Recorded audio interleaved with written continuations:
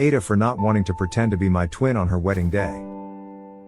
I, 30F, have an identical twin sister, and for the purposes of anonymity I'll call her Jess. Jess and I look so much alike that it can be freaky. At one point when we were still infants, they had to draw a little dot at the bottom of one of our feet just so they could keep track of who was who for medical reasons. My mom adored the fact that Jess and I were her cute baby twin girls and treated us as precious dolls who she would frequently dress alike and always make us do things together. At first, I didn't mind it at all because, well, it was my normal and I do genuinely love my sister, but when we started getting older and I developed my own interests, I would get so frustrated or upset when I either couldn't do something because Jess didn't want to, or the only way that I could do it was if Jess could come with me and vice versa.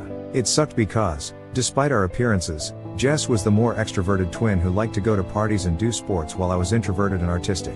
I was always made to do what Jess wanted to do because me not wanting to be so social was seen as bad, and the only way that Jess would agree to do/endure my hobbies was if I did her homework or chores. When my parents were divorcing, I was over the moon when my dad agreed to let me live with him in another state, and Jess didn't want to move away from all her friends. My mom cried when I had to tell her I didn't want to live with her, and Jess accused me of hating them. This really wrecked me emotionally and I almost caved, but my dad got me into therapy and helped me gather the courage to just leave. I never really did shake off the guilt until around my senior year of high school, but I never once regretted my choice because of how liberating I felt by getting to just be me. I was slowly able to repair my relationship with my mom and Jess, but Jess and I were never as close as we used to be, and I was honestly fine with that. Fast forward to adulthood and Jess is engaged to her boyfriend Steve, 36M, and their wedding is set for this spring.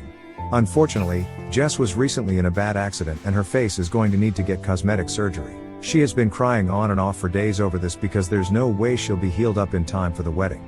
My mom, Steve, and I have been trying to console her, but it's not enough. Earlier this week my mom approached me with the idea of dressing up as Jess and pretending to be her for the ceremony and reception so the pictures will look nice. I was floored and gave a hesitant no because while I do know that this would mean a lot to my sister, I just feel really uncomfortable about it. My mom was upset with me and said that it wasn't a big deal, it was just for the pictures, and asked me if I really wanted to make it so that Jess would have to be reminded of her trauma whenever she had to look at her wedding photos or just not have any photos at all. AITA. Edit 1. Okay, because I've already seen this in 2 other comments, I just wanted to be clear about some things. 1. Jess and Steve's wedding is booked at their dream venue, and if they postpone, which is in about 3 weeks, they won't be able to book it again until around 2025. And families on both sides from coming in from out of state. 2. Apparently, between the wedding costs and needing to save up for the cosmetic surgery, Steve and Jess don't have the money to pay for professional Photoshop. 3. We live in America, and as far as I know, since Jess' surgery is purely for cosmetic purposes, health insurance may not cover it, if any at all.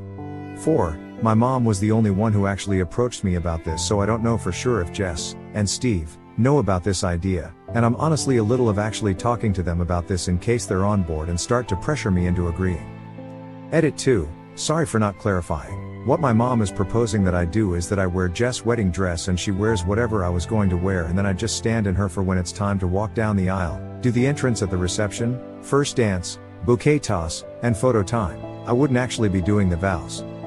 Update. Thanks for all your advice and suggestions, as well as affirmation that I have the right to say no. Still dealing with residual guilt about refusing to do things for my mom. So I reached out to Steve first about suggesting Photoshop, and turns out he and Jess were already considering that before deciding to just postpone the wedding, as Jess is dealing with PTSD from the accident and doesn't believe that she is going to be able to handle the stress of a wedding in 3 weeks.